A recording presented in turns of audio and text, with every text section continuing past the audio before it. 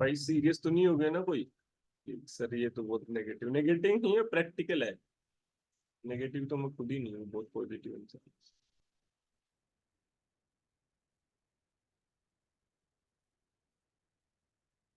So today we are starting the international law. Personally, I feel international law is one of the most complex subject when it comes to the UGC NET because इसकी bindings नहीं है। Juris भी थोड़ा सा complex है, but उसको हमने मैंने जिस टीचिंग मेथड से उसको आपको पढ़ाया है उससे क्या है, सारे थिंकर्स एक जगह, स्कूल सोर्स डेफिनेशंस, ये एक कंस्टेंट वे में आ गया है। But when it comes to international law, so इसकी अप्रोच बहुत सही होना चाहिए। Second thing is that sometimes students ask that, sir, are these not sufficient? So I will say you that you are trying and you are preparing for an exam which needs a right approach. आपको सिर्फ एक subject नहीं पढ़ना है कि 2-3 महीने आप एक ही सब्जेक्ट पढ़ो। When it comes to jurisprudence, in our PhD we are learning 6 months jurisprudence only, 1 hour lecture per day। But वो बहुत फिलोसॉफिकल बातें होती है, हेडोनिज्म, पर्सुएट ऑफ प्लेजर, ऐसे वैसे। हमको एग्जाम के अप्रोच से पढ़ना है, बिकॉज एक सब्जेक्ट नहीं करनी है, कम से कम 20 सब्जेक्ट उधर है और पेपर वन में भी है, तो बहुत राइट अप्रोच लेके चलना है और उस हिसाब से क्वालिफाई करना है। When it comes to international law, very easy, we say that it's a law between nations, है ना?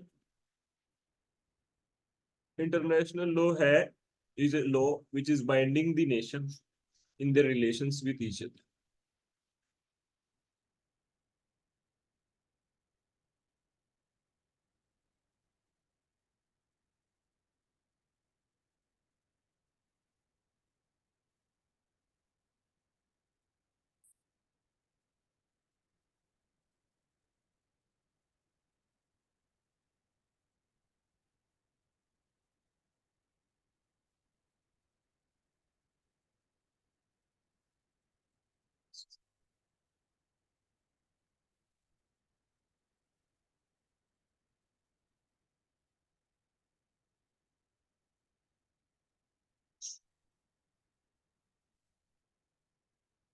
Yes.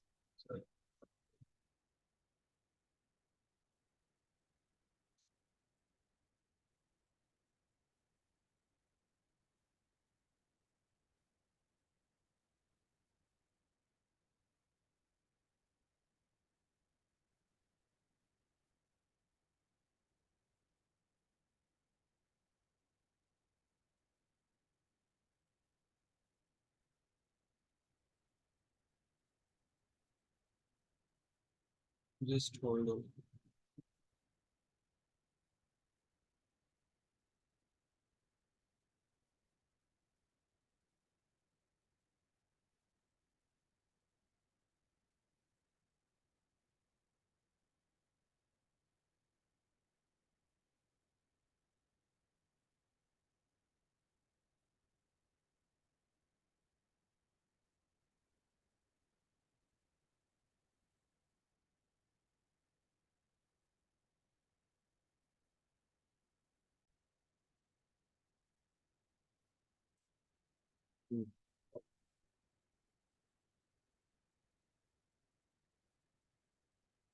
So, first, to study the international law, we are going to see what we call as an uncodified portion, है ना?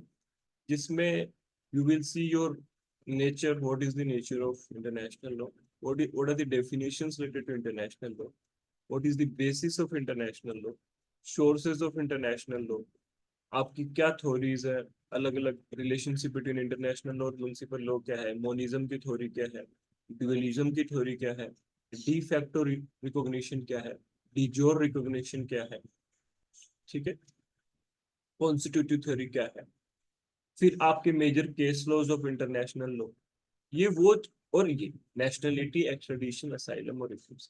ये एक तरह से मैं इसको खुद पर्सनली अपने लेवल पे अनकोडिफाइड पार्ट बोलता हूँ इंटरनेशनल लॉ। ये अनकोडिफाइड है। फिर दूसरा पार्ट जो अपना आता है इंटरनेशनल लॉ में, वो अपना कोडिफाइड पार्ट आता है। जब अपन यूएन चार्टर पढ़ते हैं, कैसे league of Nations I, general assembly, security council, economic and social council, international court of justice. ये एक तरह से आपका कोडिफाइड पार्ट, जिसको आप एक बेरेट की तरह पढ़ सकते हैं। आपका आईसीजे का इंस्टीट्यूट है, article 36 sources of international law है, history of League of Nations, UN, GATT, WTO, ये सारा का सारा एक तरह से कोडिफाइड एरिया है, क्योंकि ये बेरेट की तरह दे रखा है यूएन चार्टर में, यहाँ पे ये है, यहाँ पे है। अब यहाँ पे इसमें साथ साथ और क्या पढ़ सकते हो आप कोडिफाइड की तरह? कोडिफाइड की तरह तीन चीज है, आपका पूरा यूएन चार्टर, आपका आईसीजे का institute, international court of justice का, और साथ में चार्टर ऑफ ह्यूमन राइट्स, जो आपके 30 आर्टिकल्स वहां पे दे रखे हैं, उसको भी आपको याद करना। ये सारा एक तरह से कोडिफाइड आ रहा है।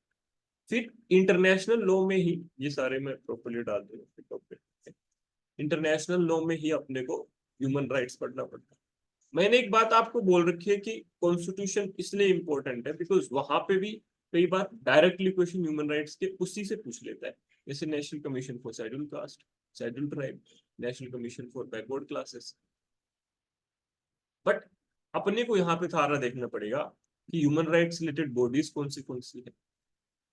United Nations human rights commission है, अपने यहाँ पे कौन सी बॉडी है ह्यूमन राइट्स, कौन से एक्ट से बनी है, कॉन्स्टिट्यूशन में क्या क्या प्रोविजन है। फिर पूरा यूडीएचआर 10 दिसंबर 1948 को जब आपका universal declaration for human rights file होता है, उसमें कितनी वोटिंग थी, क्योंकि आपके इंटरनेशनल लॉ के अगर क्वेश्चन देखोगे तो बहुत अजीब से आते हैं हर बार ही। एक दो क्वेश्चन तो ऐसे आएंगे कि सर ये पूछ लिया कहाँ से। देन हम ये सब पढ़ने के बाद जो आपके पिछले दो या तीन दो अटेम्प्ट में या पिछले 3 अटेम्प्ट में जिस टाइप के क्वेश्चन है वो भी मैं साथ में इसमें ऐड कर दूंगा, ताकि आप उसको भी आप उसी वक्त कवर कर सको। क्योंकि मोर एंड लेस जो भी आपके अनकोडिफाइड टाइप की सब्जेक्ट होती है ना, जूरिस्प्रूडेंस हो गया इंटरनेशनल, उसकी अपने आप में कोई लिमिट नहीं है। बट आपको ट्राई मैक्सिमम ये करना चाहिए कि हाँ मैंने मेरे लेवल पे मैक्सिमम चीजों को लर्न करने की ट्राई कर ली है और ज्यादातर चीजों को कवर कर लिया है। एब्सोल्युटली कवर नहीं हो सकता। कोडिफाइड के पास फायदा है, आप कॉन्ट्रैक्ट एक्ट पढ़ोगे, आईपीसी पढ़ोगे, कॉन्स्टिट्यूशन पढ़ोगे, वो मोर और लेस एग्जॉस्टिव पूरा 95 99% आप सही करके आओगे वहां से, अगर आपका पकड़ अच्छी है। बट यहाँ पे कोई ऐसे एब्सोल्यूट बाउंड्री नहीं है इस सब्जेक्ट की, है ना।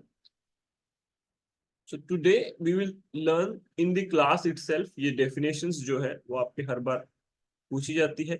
बेसिस ऑफ इंटरनेशनल लॉ पढ़ेंगे, सोर्सेस पढ़ेंगे, और ये वाला एरिया जितना हो सके वो छोटी छोटी ट्रिक बताऊंगा। अपने लेवल पे अगर ट्रिक मेरी वाली ट्रिक से याद रखो तो मेरी वाली से कर लेना, आप अपने लेवल पे याद रखो तो आप अपने लेवल पे कर लेना। अपना इंटेंशन यही होना चाहिए कि आपको फाइनली वो चीजें याद हो, या जो चीजें याद करने की है उनको याद करना ही पड़ेगा। तो ये पूरा 8 से 9 लेक्चर मेरे हिसाब से होंगे इंटरनेशनल लॉ के, सारी डेफिनेशंस, थ्योरीज, पैक्टरसन, सर्वेंटा, auto limitation theory, eclectic theory, जो भी है, naturalist theory, positivist theory, consent theory, उनके थिंकर्स सारे के सारे। फिर आपका de jure recognition, de facto recognition, ये सारी चीजें, ड्यूअलिज्म की थ्योरी, मोनिज्म की थ्योरी। फिर आपका sources of international law, types of recognition, ये सारा करेंगे। फिर बाद में प्रिंट लेके रखना पूरा आईसीजे इंस्टीट्यूट, यूएन चार्टर, और फिर लास्ट में आपका ह्यूमन राइट्स, ठीक है। और एक जो चीज जो ऐसा नहीं है डाली नहीं है, बट इस बार एग्जॉस्टिव वे में डालेंगे, जैसे अच्छा एक चीज और मैं आपको बोलना भूल गया, जिसको बहुत मतलब अपन ट्राई करेंगे जितना स्टोरी के फॉर्म में बता सके आपको उतना स्टोरी में भी बताएंगे, but then in the end आपको चीजें वही याद रहती हैं जो आपके रटी हुई। क्या लिखा हुआ है, सेकंड डेफिनेशन आई थी इस बार एग्जाम में, जेरेमी बेंथम। अच्छा आकांक्षा आई थी क्या? बहुत सही, कोई तो फायदा तो है। बुक्स वाला क्या है वो, बुक्स डाल रखी थी वो नोट्स में, वो भी डाल दूंगा मैं, बुक्स ऑफ इंटरनेशनल लॉ। ये वाला पार्ट भैया आपका ऐसा है जो बच्चे भूलते भी हैं, मिस्टेक भी करते हैं, और रटने के अलावा कोई तरीका नहीं है। स्टोरी तो मैं सारी बता दूंगा लगभग जितनी हो सके, बट अंत में अगर स्टोरी याद और करेक्ट से याद नहीं हो तो क्वेश्चन तो सही होगा नहीं। मतलब मैंने आपको अलग अलग एरिया बताया ना, उसमें से ये बहुत एग्जॉस्टिव तरीके से बनाया हुआ एरिया है, बिल्कुल ईयर के साथ। आपके कई इंटरनेशनल लोग क्वेश्चन आते हैं कि पहला केस कौन सा आया, दूसरा कौन सा आया। वो ऐसे ऐसे क्वेश्चन पूछे हैं। आर वर्सेस चीन में देश का नाम क्या था? पैकेट हवाला केस में किसने डिसाइड किया है? ये सारे आर के सारे आपके पीओआईक्यू है। ये जो डेफिनेशन है, principle of equity, justice and good conscience, international collection of usages which civilized states have agreed to observe. इसलिए उसको 3 बार 4 बार 5 बार पढ़ोगे तो हो जाएगा। Beauty of class and notes is only that, last lecture में अगर 6 लेक्चर में पूरा करवाया था, तो इस बार टाइम देके आपको 8 लेक्चर में करवा दे। बट किताबें पढ़ने पड़ गए, सही बता रहा हूँ। अपने ऑफिशियली एनरोल स्टूडेंट्स को जानता हूँ जो मेरे सीनियर भी हैं, इतनी इतनी मोटी किताबें पढ़ी है उनके पास, नेशनल इंटरनेशनल लॉ की, स्टूडेंट्स की पढ़ी है बाकायदा।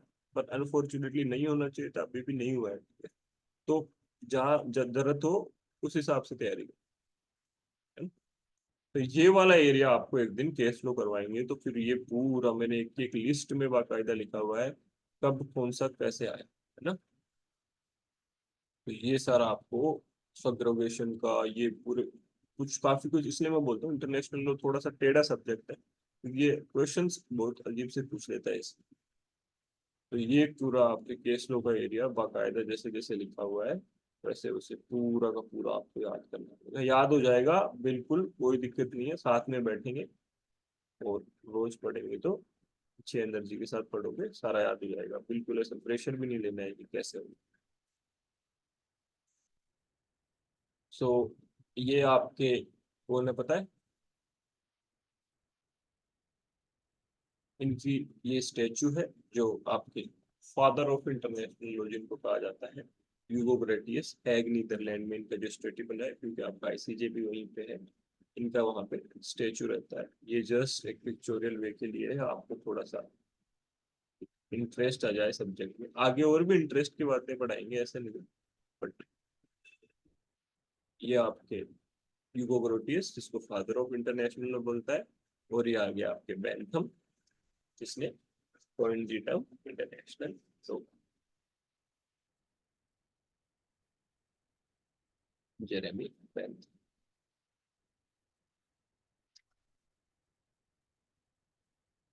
अब हम उस पार्ट में आते हैं जिसको रियल में याद करना है, शुरुआत करनी है। If I wanted I could have written 10 lines to just make you understand what is international law, but we are not good like international law or public international law and law of nations, तीनों कुछ भी बोलते हैं, is a set of rules, norms and standards generally recognized as binding between the states। ठीक है। Now, as I have told you, Hugo Grotius is the father of international law। आज थोड़ा सा रूट लर्निंग वाला area होगा, इसलिए बैठे रहना। कम से कम इंटेंशन ही होगी कि क्लास में से आप डेफिनेशन से याद करके जाओ, और घबराना मत कि भाई इतने सारे डेफिनेशन। जैसे कि आकांक्षा ने बताया, इस बार बेंथम की डेफिनेशन आई थी, तो भाई जरूरी है याद करना, मैंने भी बहुत रगड़ रगड़ के याद ही किया था। सो ह्यूगो ग्रोटियस कौन है? फादर ऑफ इंटरनेशनल लॉ है। बुक का नेम है उनकी डिजियो बैली एक्ट बेसिस on the law of war and peace. और एक बुक के नाम की पूरी लिस्ट अलग से डालूंगा, जैसे केस तो डाले वो पड़ी है, बस वो इस बार ऐड कर देते हैं। एक इनका कंसेप्ट होता है जो आपके मैच द फॉलोइंग में बार बार पूछा गया है। नोट्स इस हिसाब से जहां जहां नेट की डिमांड है, तो उसको वैसे ही वैसे के याद कर लेना। एक मेयर लिबरम का कंसेप्ट ह्यूगो ग्रोटियस ने दिया था, और जर्न सैंडल ने दिया था मेयर क्लॉज। मेयर लिबरम का मतलब ये होता है कि ocean should be common to all. ठीक है, उसकी कोई ओनरशिप नहीं। और मेयर क्लोसम का जॉन सेल्डन ने दिया है, जिसका मतलब होता है idea that ocean can be own. आपके मैच द फॉलोइंग में ऐसे पूछता है कई बार कि मेयर लिबरम और मेयर क्लोसम, कई बार मीनिंग पूछ लेता है, और ज्यादातर बार उसका थिंकर पूछता है कि ये वर्ड किसने दिया।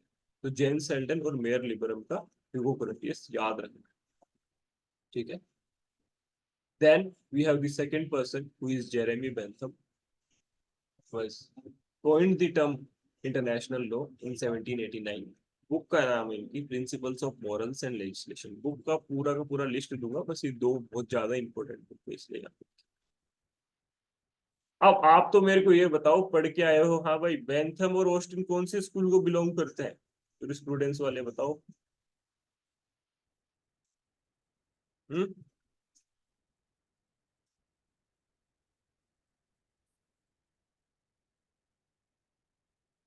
एनालिटिकल, एनालिटिकल, एनालिटिकल, ठीक है। अब बेंथम ने क्या दिया है, कौन सी थ्योरी दी है, क्या दिया है बेंथम ने?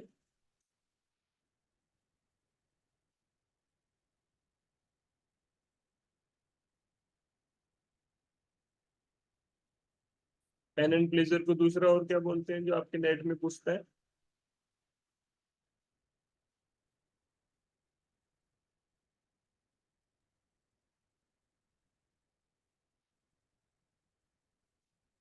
अच्छा दिव्या, आपने यूटिलिटेरियनिज्म बोला तो ठीक है। ये जो पेन एंड प्लेजर थ्योरी है उसको हेडोनिज्म के साथ नाम से भी याद रखें, ठीक है। और एक बात बताओ, ऑस्टिन ने क्या दिया है?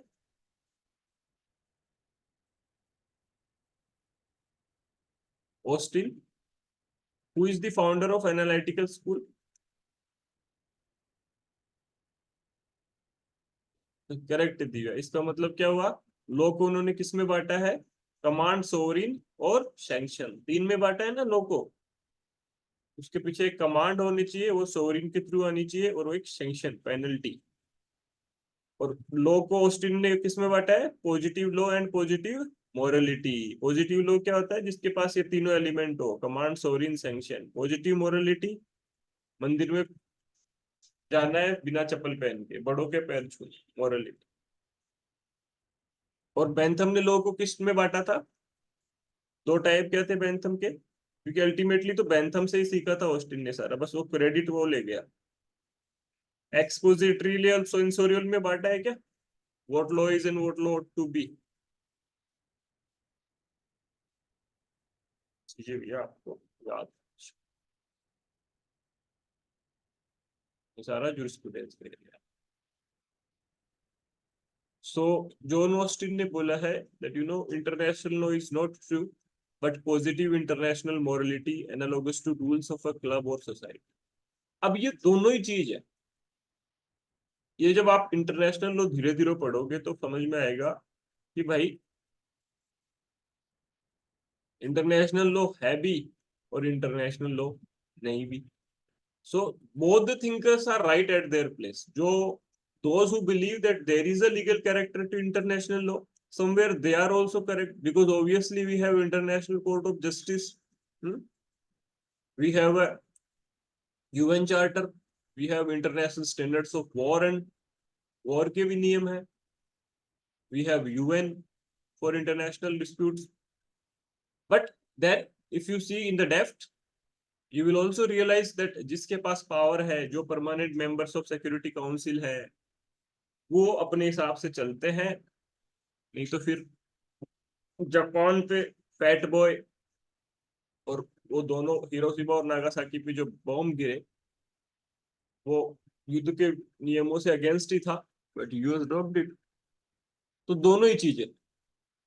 अब इसमें आपका एक क्वेश्चन पूछता है जो आपको कई बार कंफ्यूजिंग होता है, इसलिए उसको यही लिखा है और वैसे याद करना। तीन चार बार पूछा हुआ क्वेश्चन और बहुत कंफ्यूजिंग क्वेश्चन है। Jurists who support international law's legal character and jurists who deny the international law's legal character.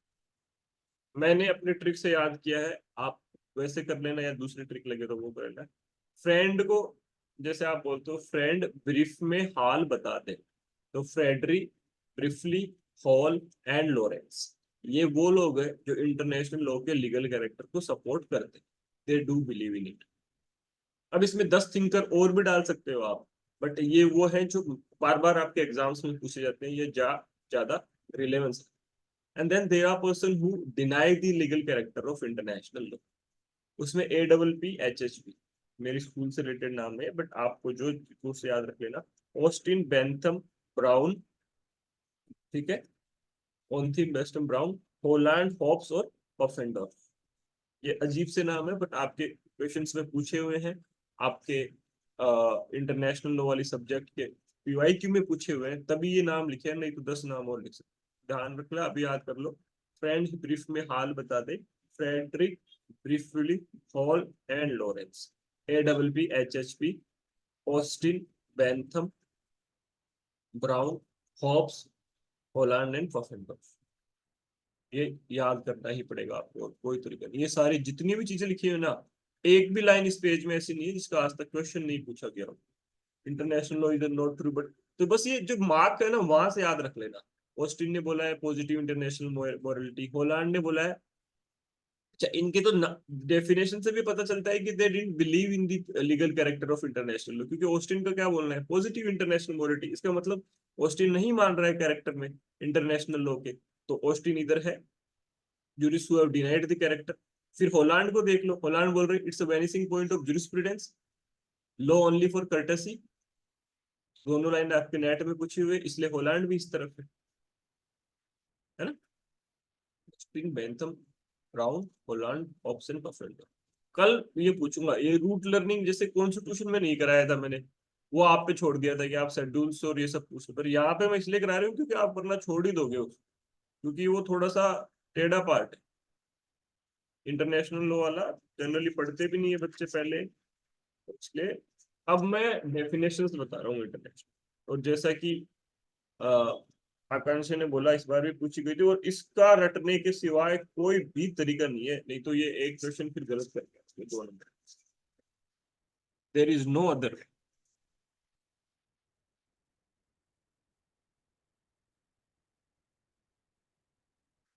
है ना।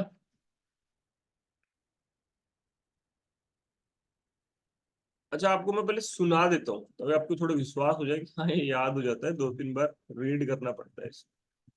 So these are the definitions of international law given by different thinkers as per their convenience।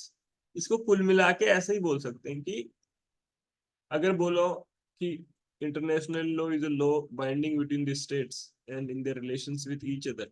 अब इसको हर एक को अपना महानता दिखानी है, हर एक को बताना है कि मैं बहुत इंटेलिजेंट हूँ, सबको वर्ड्स में हल्का सा चेंज करना, ताकि उनका भी दबदबा, एक नाम जिक्र आता रहे इंटरनेशनल। तो ये वैसे बिकॉज मोर और लेस तो जो अपन ने बात बोली वही है, बट देन एग्जाम में क्वेश्चन आता है और वो एग्जैक्टली exactly वैसे ही आता है जैसे यहाँ पे लिखा हुआ है। मेरे टाइम, अच्छा एक चीज और बता दूं, जब हम एग्जाम्स दे रहे थे तो यही एक पार्ट था जो मेरा जरूरत से ज्यादा, या मतलब जरूरत से ज्यादा तो नहीं कहेंगे बट ठीक था। Like my friend was there who was also appearing, उसने 3 टाइम दिया पर उसका नेट ही हुआ, जेआरएफ नहीं हुआ, क्योंकि जूरीस और इंटरनेशनल लॉ को मैंने अच्छे से रटा था। पेपर 1 ठीक था, मेरा मैथ्स बैकग्राउंड से था। सो ये वाले सब्जेक्ट्स में कमी मत रखना, क्योंकि बाकी आप कर लोगे, कॉन्स्टिट्यूशन, कॉन्ट्रैक्ट, आईपीसी, टॉर्ट्स, ये सारे आपके पढ़े हुए हैं कहीं ना कहीं। तो जो सीरियस बच्चा होगा ना वो ये वाले तो कर लेगा, पर अगर वो पीछे रहेगा तो फिर ये जूरिस और इंटरनेशनल लॉ की वजह से रहेगा, है ना। किसी किसी को आईपीआर में भी दिक्कत आती है, वो तो बहुत अच्छे से समझा रखा है, 1-2 बच्चों ने कवर भी कर लिया है नए वालों में से, यूट्यूब पे प्लेलिस्ट में पढ़ा है पूरा। सो ये सारे डेफिनेशन से 10, और इसको रटने के अलावा मैं बताऊंगा आपको ट्रिक इसकी पूरी। देखो मैंने ये ट्रिक बाकायदा खुद पढ़ के एग्जाम क्लियर करके रट रट के देख के आए, तो आप इसको या तो मेरी वाली ट्रिक से याद रख लेना, मैं मेरी वाली ट्रिक से बता देता हूँ। सबसे पहले तो 10 के 10 जो थिंकर्स है उसको मैंने लाइन से याद कर रखा है।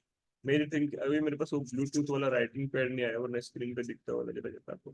मेरी ट्रिक है जीबी रोड पर ऑफ एसपी के हॉल में स्टार जैसप गिल।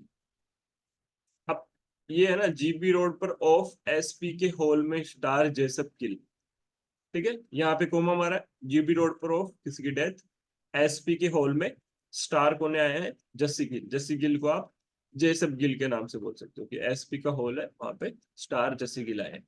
अब इसको थिंकर्स को वैसे, ये क्या है, ग्रे, ये है ब्रीफली, ये है ओपेनहाइम, ये है फेनविक, ये है स्वाजनबर्गर, ये है पिटकोबेट, ये है हॉल, ये है जेजी स्टार, और ये है जेसप गिल। जेसप एक वो भी होता है, मूड कोर्ट होता है फेमस इंटरनेशनल, फिलिप जेसप का, है ना। और ये है गिल, गिल से टोस्टन गिल। तो ये 10 थिंकर्स पहले तो आपको वैसे याद होने चाहिए लाइन से। ग्रे, जीबी रोड पर Gray, briefly, Oppenheim, GB road पर ऑफ फेनविक, एसपी एस से स्वाजनबर्गर, पी से पिटकोबेट, एसपी के हॉल में Starke, J Starke, Jessup Gill, Philip Jessup and Torsten Gill. इस तरह से थोड़ा सा हेवी लग रहा होगा, बट आपको याद ही करना पड़ेगा, उसके अलावा कोई इलाज नहीं है उस चीज। बहुत सी, देखो इतनी सारी डेफिनेशंस है जो मैंने 2 पेज में डाल रखी है, राइट। बट समराइज करने पे स्ट्रेंथ उसी की होती है जो समराइज कर पाए चीजों। स्ट्रेंथ वही है जो लास्ट में 5 से 6 दिन में एग्जाम के पहले पूरा सिलेबस रिवाइज करने की ताकत रखता हूँ। और वो तब आती है जब आप बहुत ट्रिक्स से चलते हो, क्योंकि एक सब्जेक्ट पढ़ोगे, 2 पढ़ोगे, 3 पढ़ोगे, फिर कंफ्यूज होने लग जाएगा। आज अगर पूछता जूरिस्प्रूडेंस, तो जिन्होंने ताजा ताजा पढ़ा है ना वो तो आंसर कर रहे हैं, बाकी आधों को गायब भी हो जाएगा एग्जैक्टली क्या था। और वो मैंने ब्रीफ समरी दे रखी है नोट्स में, स्टार्टिंग के 3 पेज, जिसको मैंने खुद को कम से कम 20 बार रिवाइज करा एग्जाम के में। ऐसे ये जो समरी है ना, ये 10 के 10 डेफिनेशन हो गए हैं, पूरे 10। इसको कैसे याद करते हैं? 2 ही वर्ड याद रहना चाहिए, इधर रूल्स बॉडी किसकी बताई है और गवर्निंग किसको बताया है। ग्रे बॉडी ऑफ, मेरे को याद है, grey body of rules binding states. फिर सेकंड है briefly body of rules and principles और साथ में civilised state. Third body of customary and conventional rules, ये जो लिखा हुआ है ना कस्टमरी एंड कन्वेंशनल रूल्स, ये तब आएगा आपको जब आप बार बार याद करोगे तो फिर वर्ड से याद रहेगा। इधर क्या है? Civilized state. फिर Fenwick body of general principles and specific rules binding international community. अब डेफिनेशंस पूरा ब्रीफ में भी दिखाऊंगा आपको पूरा। फिर क्या है? स्क्वाजन बर्गर लीगल रूल्स, इसने क्या बोला? Legal rules binding sovereign states and international personality. फिर Pitt Cobbett sum of rules accepted by civilized state and their subject इसके वर्ड में, यहाँ जो मैंने वर्ड्स लिखे हैं वो आपस में कोइंसाइड नहीं करते, एग्जाम में बहुत क्लोज आता है। अगर आपको एग्जाम में आएगा ना who has given this definitions, मान लो ग्रे ब्रीफली ओपेनहाइमर और फैनविक वहां पे ऑप्शंस में, और चारों डेफिनेशन दिखेगी, body of rules and principles, body of customary convention rules. तो जो मेन वर्ड है वो आपको याद रहना चाहिए, वरना तो आप क्लिक नहीं कर पाओ। होल का मेरे को हमेशा याद रहता है मॉडर्न सिविलाइज्ड स्टेट, एमसीएस। ठीक है।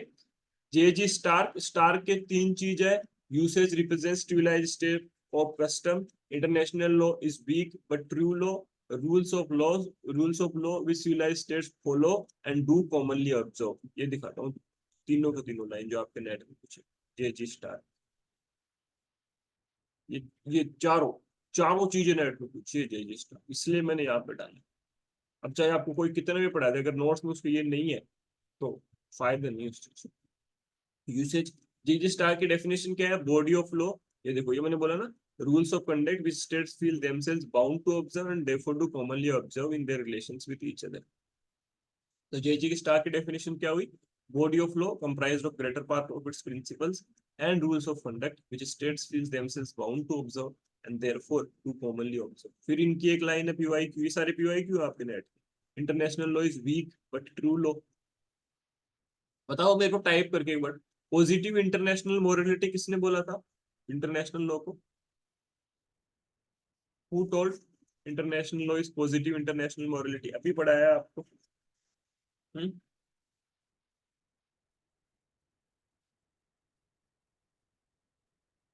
बिल्कुल। Positive, correct, correct, correct. और वेनिसिंग पॉइंट ऑफ जूरिस्प्रूडेंस किसने बोला?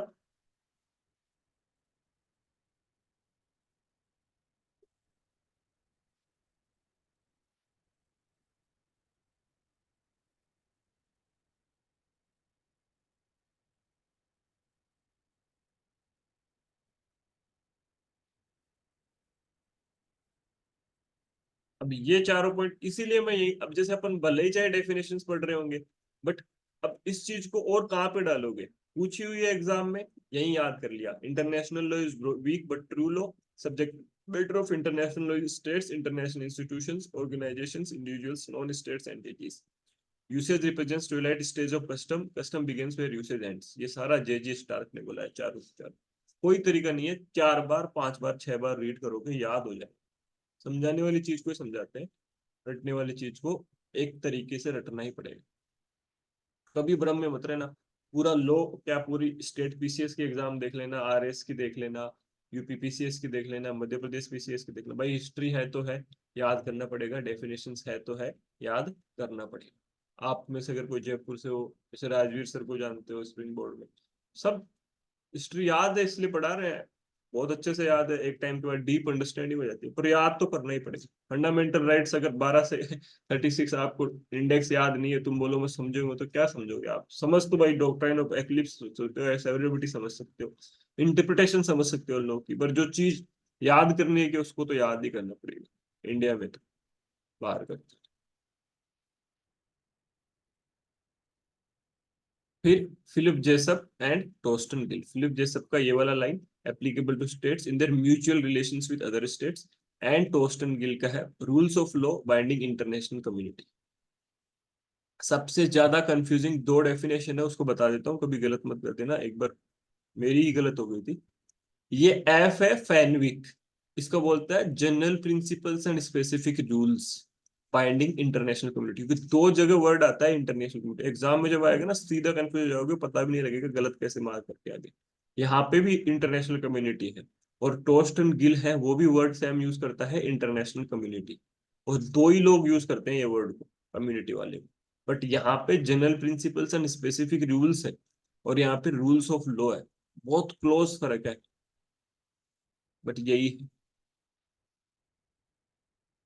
हाँ भाई, एक बार मुझे टाइप में, टाइप बॉक्स में टाइप कर दो। हैवी तो नहीं लग रहा है ना कि सर क्यों भाई, देखो अब एग्जाम क्लियर करनी है तो ये पढ़ना ही पड़ेगा, मेरे कंट्रोल में तो है नहीं कि मैं इसको चेंज कर दूं डेफिनेशन को।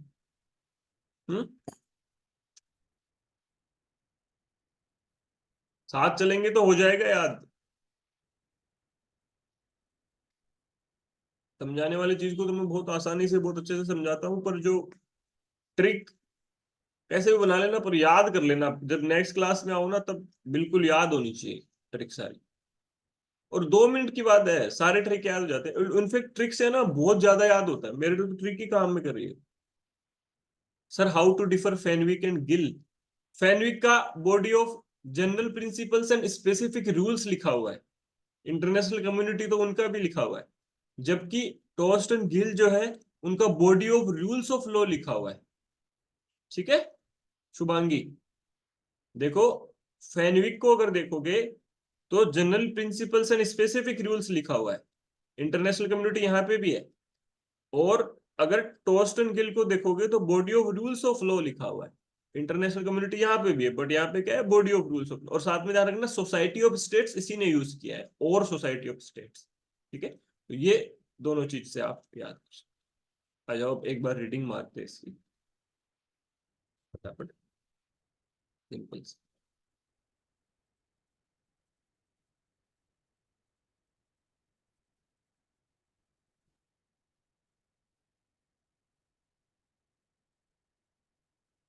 मैं ही मार देता हूँ, रीडिंग स्टूडेंट से बुलवाने वाला था बट टाइम कंज्यूम होगा, मैं खुद ही कर देता हूँ।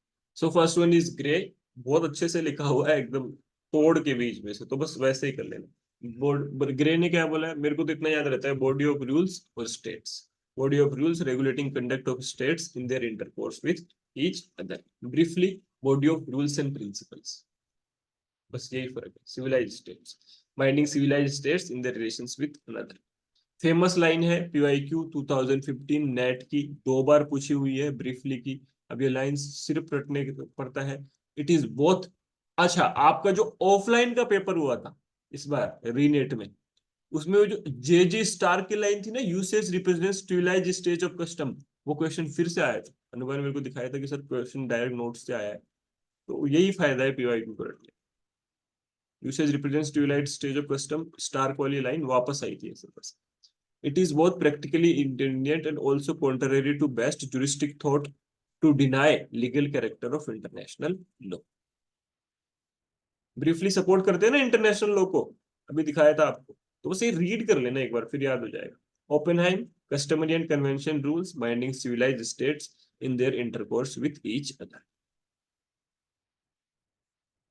फेनविक, body of general principles and specific rules binding members of international community in their mutual relations। मैंने बताया ना वही ट्रिक काम में आएगी आपके लास्ट में, आप डेफिनेशंस पढ़ोगे नहीं, वो चीज याद होनी चाहिए।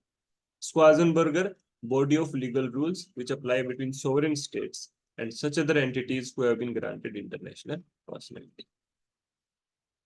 फिर है Pitt Cobbett, sum of rules accepted by civilized states and their subjects, ये पूरा नया फोटो खींच के डाल दो, ठीक है।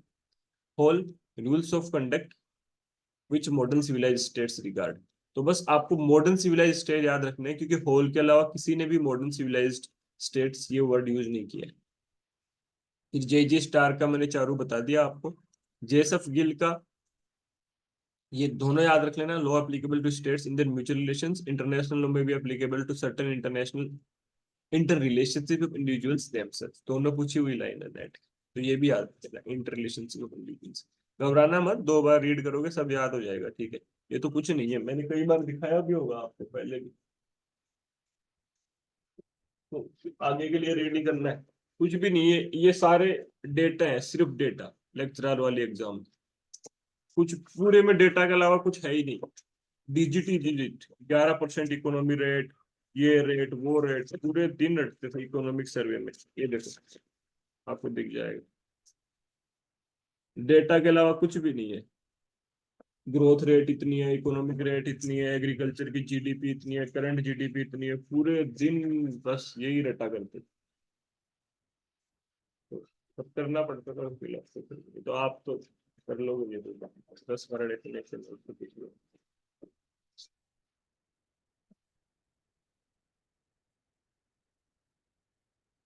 अब एक छोटा सा एरिया और कर लेते हैं अपने। अच्छा, ये 3 लाइन और देखो। कांट की एक लाइन है, this pompous law of nations which is so eloquent in books and silent in the cabinet of diplomats।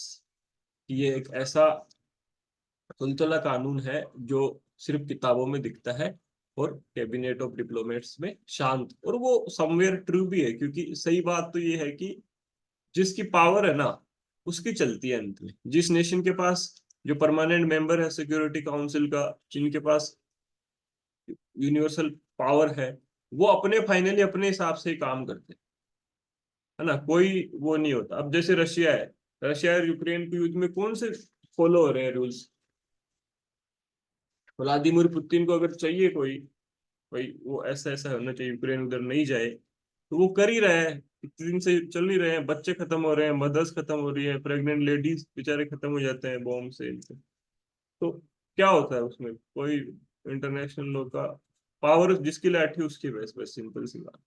ये तीनों ध्यान रखना। लॉर्ड चांसलर स्टैंकी कहा है, international law is living and expanding code.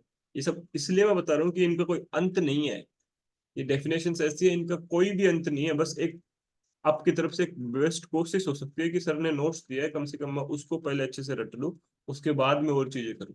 Because एक नहीं, मैं 5-5 लोगों को जानता हूँ जो मेरे साथ तैयारी करते थे और वो किताबें खरीदी थी, बाकायदा किताबें मेरे पास भी है। बट वो 2 महीने की तैयारी में नीड ये होती है कि कैसे हैंडल करना है चीजें। एडवर्ड कोलिंस की याद रखना, international law must be continuously developed by revision in content, expansion of scope, and improvement of means of securing compliances so that it is kept in accordance with changing needs of international community। इतना सा सिर्फ याद रख लेना कि जो international law है वो लगातार बदलता हुआ होना चाहिए। It must be continuously developed by revision in content, expansion of scope, and improvement of means of securing compliance।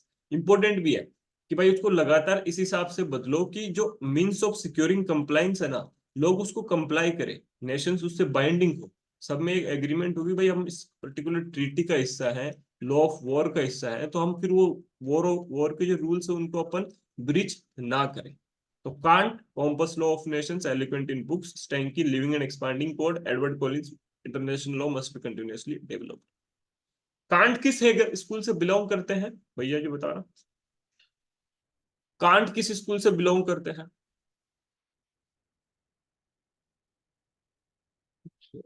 उस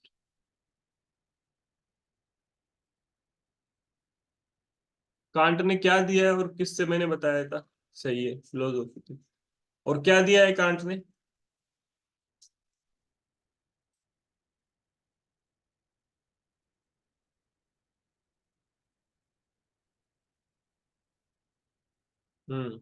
बाकी स्टूडेंट्स याद है कोई बुक कांट की? क्या होता है categorical imperative?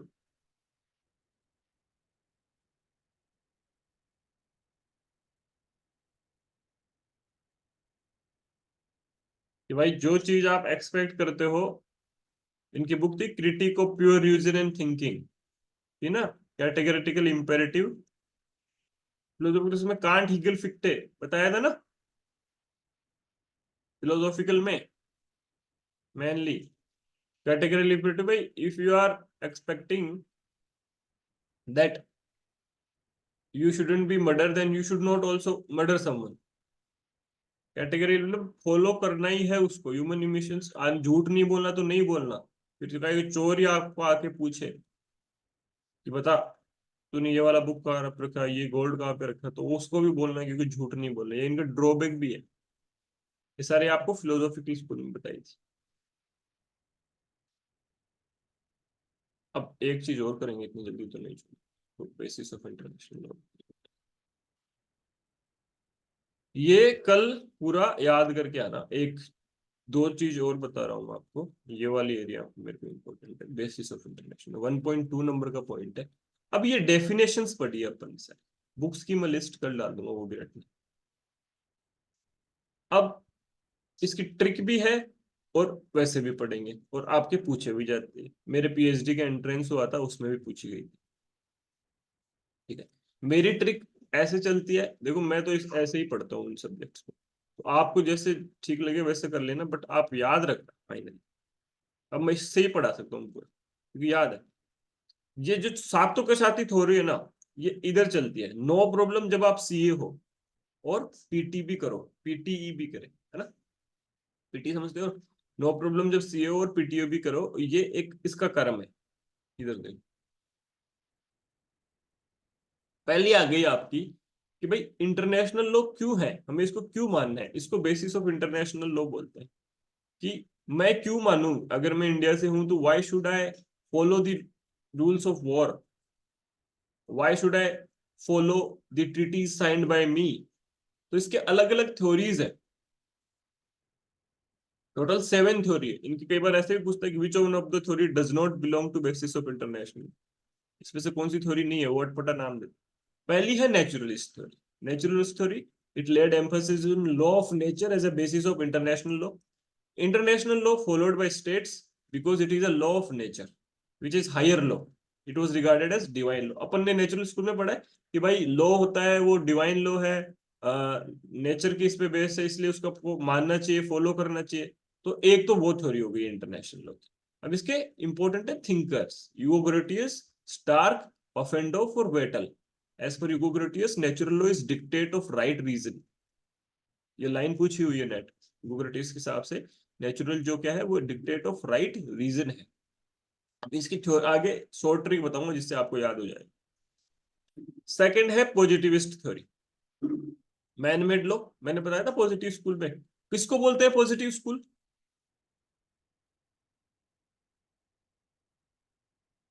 Which school in jurisprudence is also called as positivist school?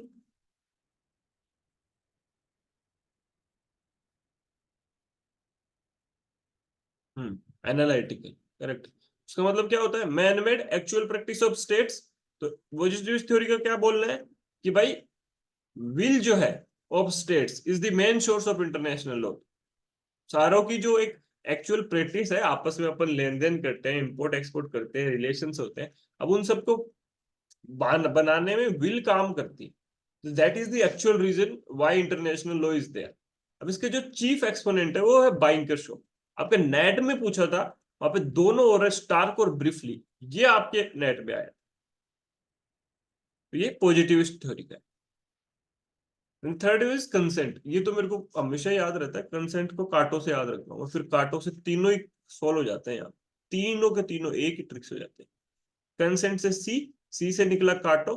Consent of states मतलब कि भाई स्टेट्स खुद आए हैं, हमने तो बुलाया नहीं, यूएन चार्टर साइन किया है, यूडीएचआर साइन किया है, इसलिए मानना है इंटरनेशनल लॉ को। Concept of states is important in implementation of international law. Thinker कौन कौन है, एंजुलिटी, ट्राइपल और ओपेनहाइम। ये तीनों में कैसे याद रखता था, सी से काटो, फिर आप ओ को रहने दो, ए और टी को रख लो, एंजुलिटी और ट्राइपल। ये आपके यूजीसी नेट में पूछा हुआ है, ए और टी, एंजुलिटी और ट्राइपल। इसके मैन प्रोपाउंडर एक्चुअली जेलिनेक है, बट यूजीसी एटी ही मानता है, इसलिए एटी ही याद रखना। बट अगर बाई चांस याद है तो याद में मैन प्रोपाउंडर यहाँ पे बाइंकर शो के और यहाँ पे जेलिनेक, बट यूजीसी ने स्टार्क, ब्रीफली और ए एंड टी को माना। इंटरनेट ऑटो लिमिटेशन थ्योरी का मतलब क्या है, ऑटो लिमिट मतलब खुद को लिमिट किया है। भाई वॉर में तो आप बॉम्ब भी डालो, एटम बॉम्ब डालो, बर्बाद कर दो, पर वो नहीं है। We have tried to sit together on the meetings and we have tried to auto limit our power कि अगर वॉर भी हो गया तो हमको ये रूल फॉलो करने, सी के ये रूल्स फॉलो करने, ट्रेड के ये रूल्स फॉलो करने. So international law is binding on states because states have restricted their powers through process of auto limitation. है ना. फिर पैक्ट sunt servanda एक बेसिस को कम होके भाई ये है कि agreement entered into by the states must be followed by them in good faith. कि जब आपने कोई एग्रीमेंट को एंटर हुआ है तो उसको फॉलो भी करना है गुड फेथ में. Treaty shall be compliant. इसके एक्सपोनेंट है एंजुलिटी. कंसेंट से काटो एंजुलिटी ट्राइपल ओपेनहाइम. फिर सेकंड ऑटो लिमिटेशन में एंजुलिटी और Triepel and the last is पैक्टा sunt servanda जिसमें सिर्फ Anzilotti. Theory of fundamental rights. जैसे एक इंसान के फंडामेंटल राइट्स होते हैं वैसे एक स्टेट के भी फंडामेंटल रहते हैं. ये है theory of fundamental. As individual have certain fundamental rights similarly state also has certain fundamental rights. The last is eclectic theory. Eclectic का मतलब होता है एक कंसेप्ट होता है एक्लेक्टिसिज्म. एक्लेक्टिसिज्म का मतलब होता है फ्लेक्सिबल अप्रोच.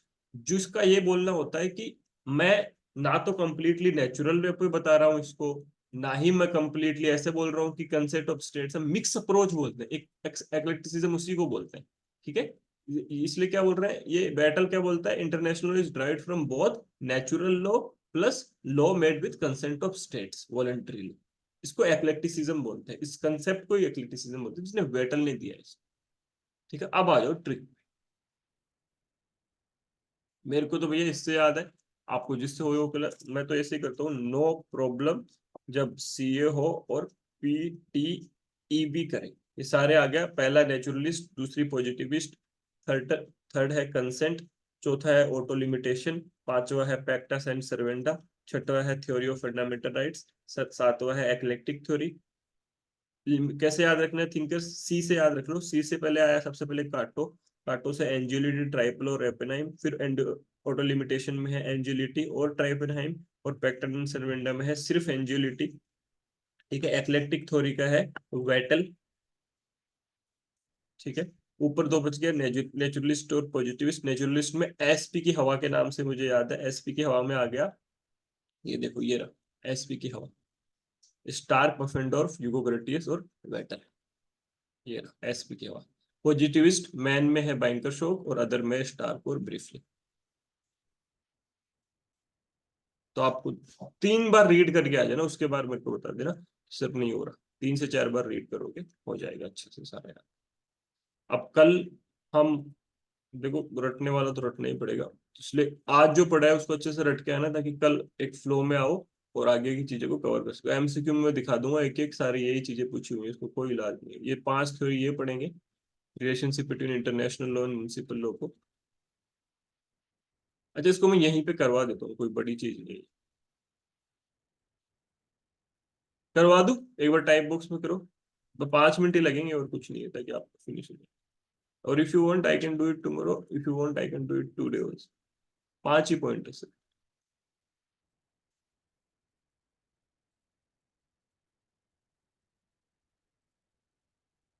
अच्छा, कल इसको याद करके आना. ठीक है.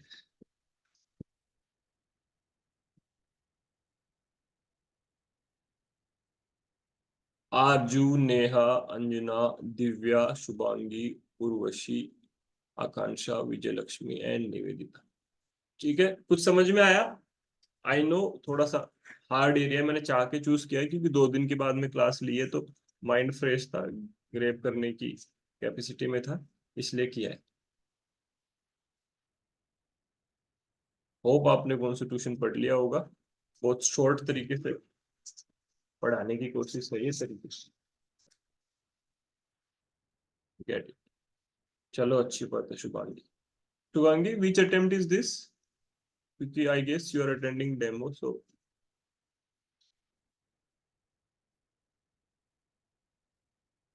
आपका अटेम्प्ट कौन सा है. And Vijay Lakshmi what about you. आपने तो शायद पहले भी क्लासे की है काफी.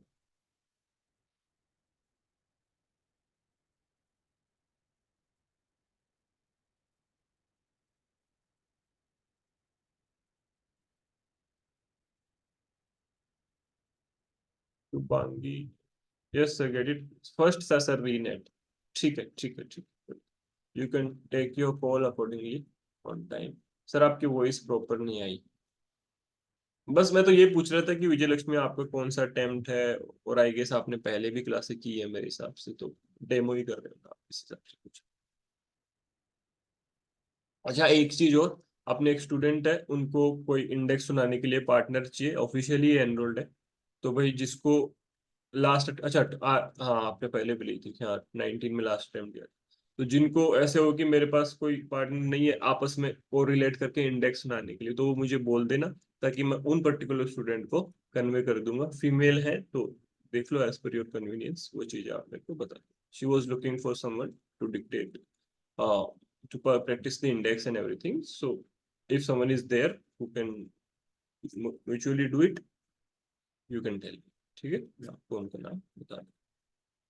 म्यूचुअली ठीक रहता है, एक रिदम बनी रहती है, रिदम ज्यादा इंपॉर्टेंट है ना। ठीक है, गुड बाय, टेक केयर।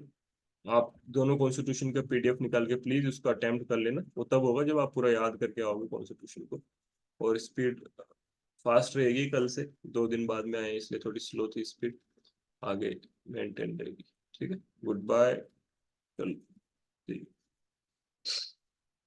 अच्छा एक चीज और, वो मैं एक बार आपको दोपहर तक कन्वे करूंगा टाइमिंग का, because I am pretty not happy with this train. मतलब वैसे ऑफिशियल बच्चे आ रहे हैं बट बाकी नहीं भी आ रहे हैं, तो मुझे खुद को समझ में नहीं आ रहा है कि करूँ क्या।